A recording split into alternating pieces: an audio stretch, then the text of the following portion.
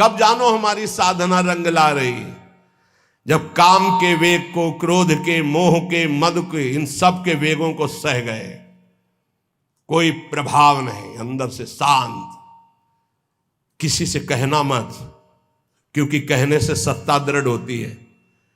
अंदर जो विकार आते हैं किसी से मत कहो, कोई भी क्रिया मत करो, शांत उस समय नाम जप करो। देखो अपने आप सब नष्ट हो जाएंगे। और नष्ट आपको नहीं करना, कोई है आपका जो आप पर नजर रख रहा है। कोई आक्रमण आपको परास्त तब तक नहीं कर सकता जब तक आप आज्ञा का उल्लंघन नहीं करेंगे। आप अपने हाथ से कोई क्रिया नहीं करेंगे, आप कोई गंदे दृश्य नहीं देखेंगे, तब तक किसी की ताकत नहीं कि आपको भ्रष्ट कर सके। ध्यान रखना, क्योंकि आप गुरु कृपा कवच में हैं। जब आप आज्ञा उल्लंघन कर देंगे तो फिर लक्ष्मण रेखा पार हो गए आप, फिर आपको दंड भोगना पड़ेगा। लोभ मोह परद्रोह दोष दुख कलि कुचाल, ये सब तरसें लागे। अर्थात वो चाहते कि मैं इसको अपने अधीन करूं, पर हिम्मत नहीं कि छू सके। किसको? जिसकी जिह्वा पे राधा राधा नाम और हृदय में गुरु कृपा का अनुभव शुरू हो गया है। इंद्रिय दमन, ये पहचान है साधुता की। नहीं तो फिर नाटक है, पाखंड है, दंभ है। बिन विवेक वैराग्य भक्ति बिन सत्य नये को मानो, भगवत विमुख कपट चतुराई सो पाखंडे जानो। चाहे गृहस्थ हो चाहे विरक्त, अगर इंद्रियां संयम में नहीं है, मनमानी विकार भोगे जा रहे हैं, तो नौटंकी नाटक भले हो सकता है। वो गृहस्थ उपासक है ना, वो विरक्त उपासक है। इंद्रिय दमन तो अमन सब भाते हैं, सब भात से मन अमना हो गया है तो परम शांति परम चैन है। क्षमाशील संतोष सुराई शांति सहज सुख सरसें लागे। उपासक के अंदर क्षमा बढ़ने लगा। चाहे जितना कोई अनिष्ट करे, कभी द्वेष हो ही नहीं सकता, कभी उसको साप दे ही नहीं सकता, कभी उसका अमंगल नहीं कर सकता, जिसके ऊपर राधा नाम की कृपा हो गई है। क्षमा, जाओ, तुम्हारा मंगल हो, भगवान तुम्हारा कल्याण करे। संतोष, किसी भी परिस्थिति में शोक नहीं होगा, जैसे प्रभु रख रहे, बड़ी कृपा है। शांति, कोई भी द्वंद्व से अशांत नहीं कह सकता। सहज सुख सरसें लागे, सहज सुख आत्म सुख है, आत्म सुख का रसास्वादन होने लगा। दास बना, ये कैसे हुआ? नाम जपी, पहले दास शब्द है, आश्रय। बहुत जोर की बात हमारे हृदय में बार बार उठती कि ये लोग समझ जाएं कि भगवत प्राप्ति आश्रय से होती, आश्रय से, दृढ़ आश्रय। दास बना पहले, जप नाम दूसरा। बिगड़ी जन्म अनेक की अभय सुधरे आज होई राम को पहले, फिर नाम जप दूसरा, फिर तज कुसुमाज तीसरा। और यहां से शुरू किया जाता है सब उपदेश। पहले विकार त्यागो, फिर नाम जप करो, फिर भगवान की शरण में हो। ऐसा नहीं होता। पहले भगवान की शरण में हो, नाम जप करो, तुम्हें बल मिलेगा, विकार छूट जाएंगे। उपजा मुक्ति, मुक्त पद, बहुत सुंदर महात्माओं के वचन है। पहले भगवत दासत्व आश्रय, खूब नाम जप, तो बोले मोक्ष पदवी हृदय में ही प्रकाशित हो गई। ये मोक्ष पदवी क्या है? इसकी पहचान क्या है कि आप मुक्त हो गए हो? शत्रु मित्र समजान मान मान अपमान सम दुख सुख लाभ न हानि याजु कृपा हरिवन, ये मुक्त पुरुष का लक्षण है। चाहे शत्रु हो उसके साथ व्यवहार कर रहा हो, या मित्र हो, दोनों में समान भाव, मान और अपमान में समान भाव, सुख दुख में समान भाव, लाभ हानि में समान भाव, जय पराजय में समान भाव। ये जिसके हृदय में आ गया वो मुक्त हो चुका है। गीता जी में भगवान ने कहा, निर्माण मोहाजित संग दोषाध्यात्म नित्या विनिवृत्त कामा द्वंद्वेर विमुक्ता सुख दुख संगई गच्छन्त अमूढ़ा। ऐसा अमूढ़ अव्यय पद का अधिकारी महापुरुष मुक्त पद में विराजमान कौन है? बोले जो मान रहित हो चुका है। मान बिल्कुल उसके हृदय में प्रियता पैदा नहीं कर पा रहा, और अपमान बिल्कुल दुख नहीं पैदा कर पा रहा। अमोहा, ना अपने शरीर से मोह है, ना किसी के शरीर से मोह है। यह मुक्त पुरुष का लक्षण है। जित संग दोषा, चाहे जितने भोगों के बीच में उसका मन भोगने के लिए चलेगा ही नहीं, वो जीवन मुक्त पुरुष है। जित संग दोषा, अध्यात्म नित्या, निरंतर आत्मस्वरूप में स्थित, विनिवृत्त कामा, समस्त कामनाएं निवृत्त हो चुकी है। द्वंद्व में मुक्ता, हर द्वंद्व से वो मुक्त हो चुका है।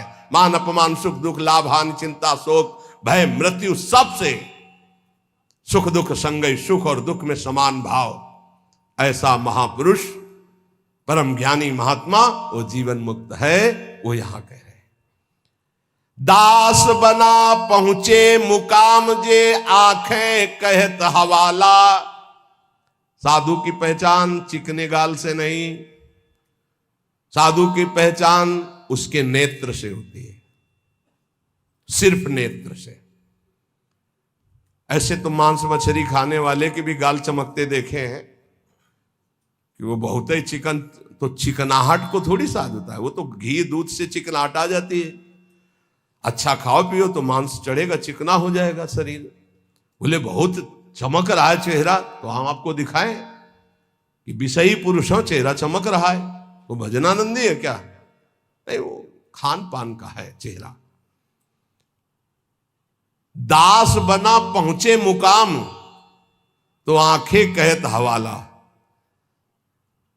अच्युत मुनि के आश्रम में जी उड़िया बाबा पहुंचे, गंगा के किनारे है, तो देखा, जे दृष्टि दे, अरे अपने शिष्यों से कहा दौड़ो, ब्रह्मबोध संपन्न महापुरुष पधार रहे हैं।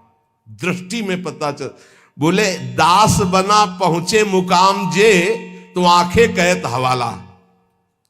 आंखें परिचय बता देती है कि ये किस कोटि का महात्मा है।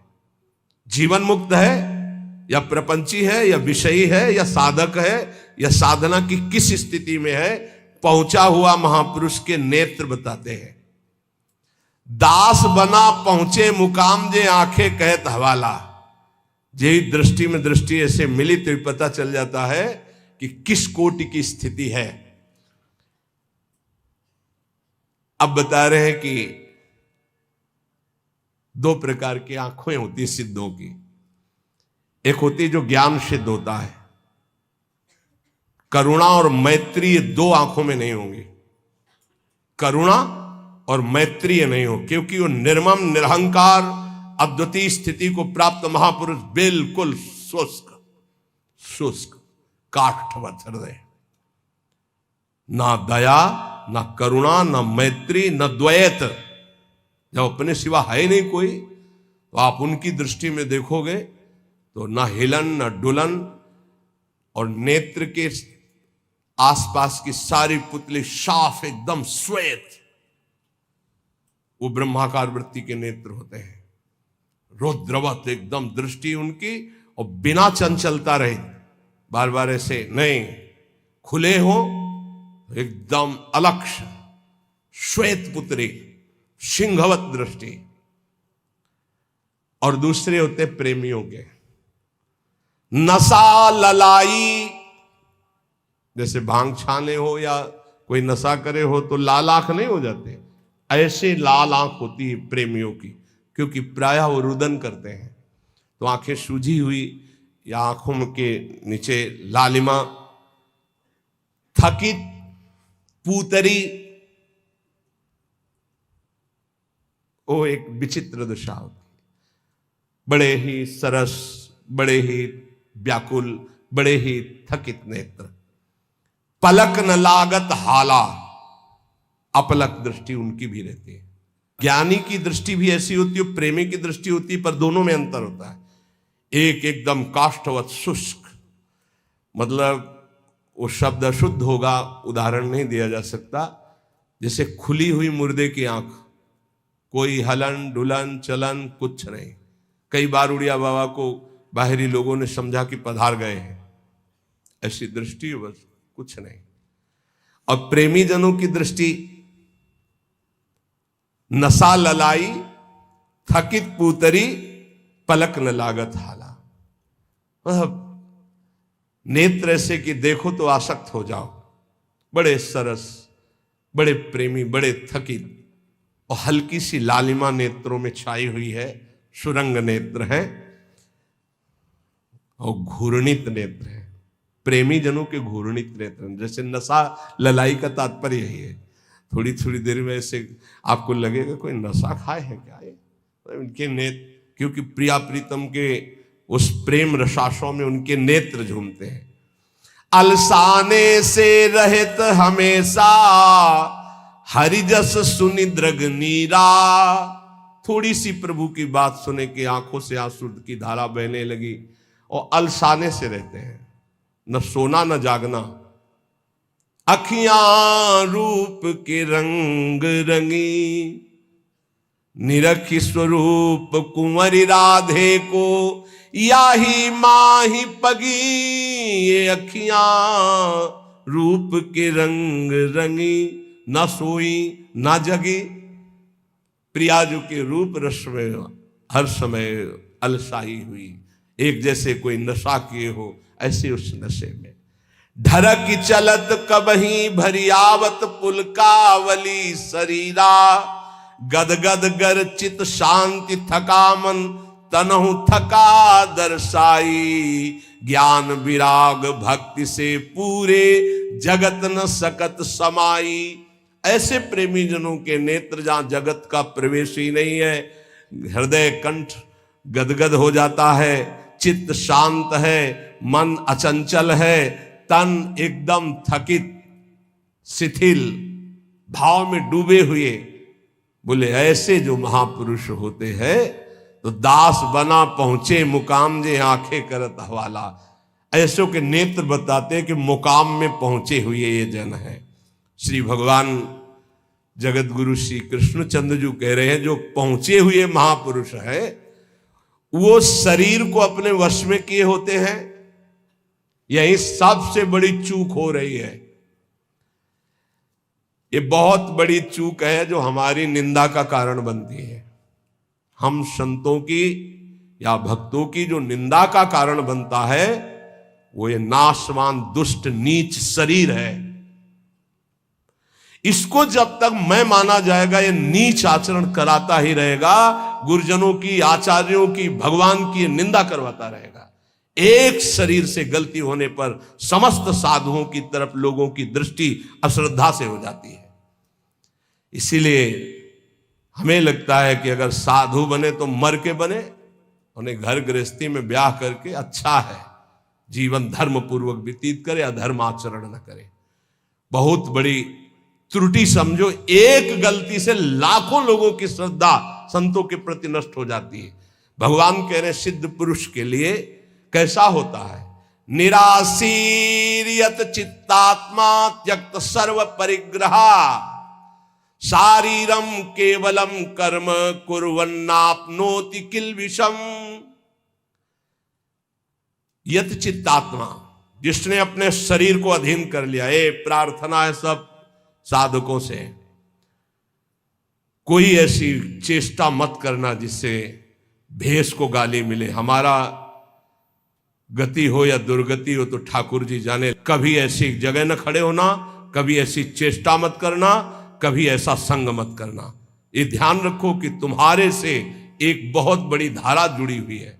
तुम्हारे गुरु, गुरु के गुरु, गुरु के गुरु, आचार्य, इष्ट, पूरा एक आपकी गलती पूरे को गालियां दिलवा सकती, पूरे विश्व के संतों के प्रति अश्रद्धा हो सकती। इसलिए सावधान। जिंदगी में हम नीच हैं, पामर हैं, हमारी गति हो दुर्गति हो भगवान जाने। हमसे ऐसा आचरण न बन जाए कि हमारे गुरुजनों को गाली मिले। उन्होंने कोई हमारे साथ धोखा दगा नहीं किया, मंत्र दिया, उपासना दिया, वेश दिया, तो आचार्य और गुरु और इष्ट इनको गाली न पड़े, हर समय सोचना चाहिए। ये शरीर को जब तक जीतोगे नहीं तब तक गलती हो ही जाएगी, चाहे कसम खा लो, चाहे जो कुछ कर लो। इस दुष्ट शरीर को जीतना चाहिए। बात ध्यान से समझो ना, ये बहुत दुष्ट है। जीवन हो जा रहा खवाए खवाए खवाए खवाए, अब घाया नहीं आज तक। जीवन हो गया दिखा दिखा करके दुनिया को, आंखें नहीं भरी, कान नहीं भरे। ये वही दुष्टता, अपनी चाल, ये देखना, ये सुनना, ये भोगना। यह चित्तात्मा, सांसारिक आशाएं और इच्छाएं जब तक हैं शरीर को वश में नहीं कर सकते।